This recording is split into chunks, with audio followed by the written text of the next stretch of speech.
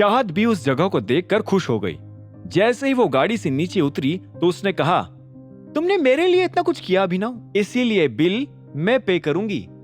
अभिनव ने खुशी खुशी हाँ में सिर हिलाया और दोनों बार के अंदर चले गए।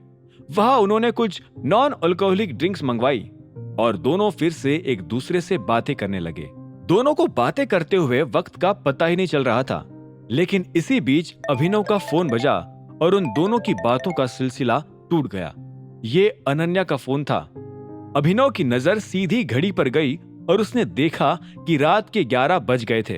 अभिनव ने फोन उठाया और बोला, हाय अनन्या, कहाँ हो तुम? मैं अकरम्स रेस्टोरेंट एंड बार में हूँ। मुझे पता ही था कि तुम वही होंगे। इसके अलावा तुम और जा भी कहा सकते हो। बाहर आओ, मैं यही खड़ी हूँ। अनन्या ने उधर से कहा। यह सुनते ही अभिनव ने चाहत को देखा।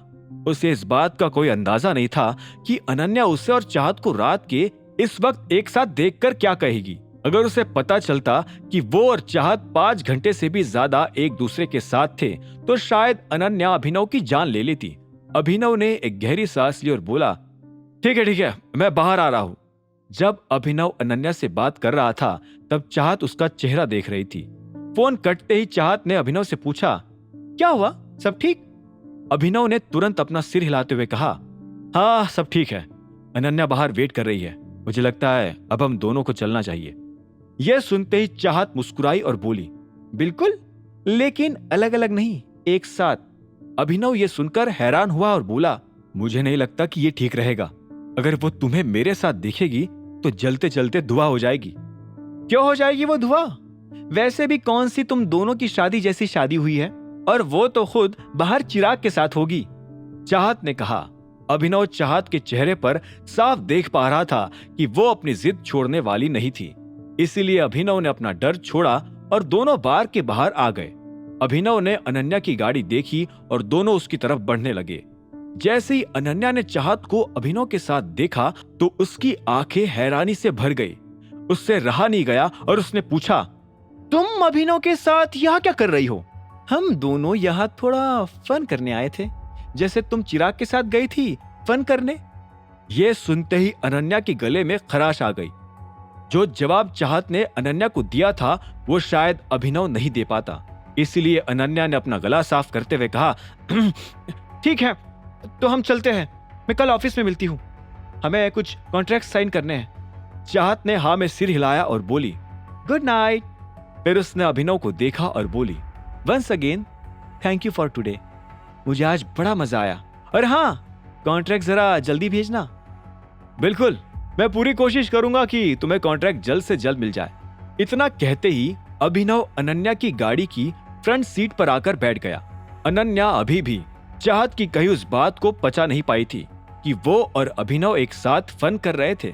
उसे समझ नहीं आ रहा था कि आखिर अभिनव चाहत के साथ कौन सा फन कर रहा था।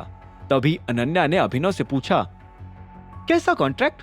चाहत हम लोगों से कुछ सर्वेलेंस कैमरास परचेस करना चाहती है।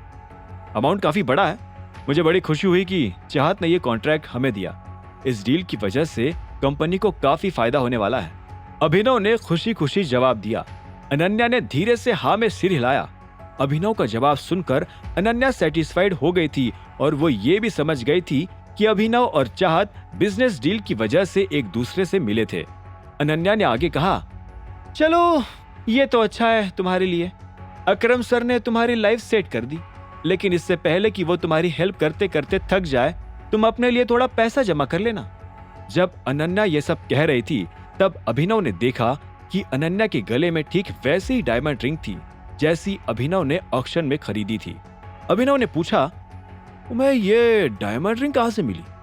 ये सवाल सुनते ही अनन्या मुस्कुराई और बोली, सुंदर है ना, और महंगी भी। इसे खरीदने के लिए तुम्हें कम से कम 200 साल तक सेविंग्स करनी पड़ेगी। मैंने पूछा, तुम्हें ये कहां से मिली? गिफ्ट है, चिराग ने दिया है। अनन्या ने कहा और इंजन चालू कर दिया। इससे पहले कि अभिनव कुछ कह पाता, अनन्या ने कहा, तुम्हें दिमाग पर ज्यादा लोड लेने की जरूरत नहीं है, तुम कभी इसे नहीं खरीद पाओगे। ये सुनते ही अभिनव का दिमाग खराब हो गया। उसकी गाड़ी में हूबहू ऐसी ही डायमंड रिंग पड़ी हुई थी। आगे की कहानी जानने के लिए देखें अगला एपिसोड सिर्फ पॉकेट एफएम के यूट्यूब चैनल पर। और द रिटर्न ऑफ टाइगर के सारे एपिसोड्स को सुनने के लिए डिस्क्रिप्शन में दी लिंक से डाउनलोड करें पॉकेट FM ऐप।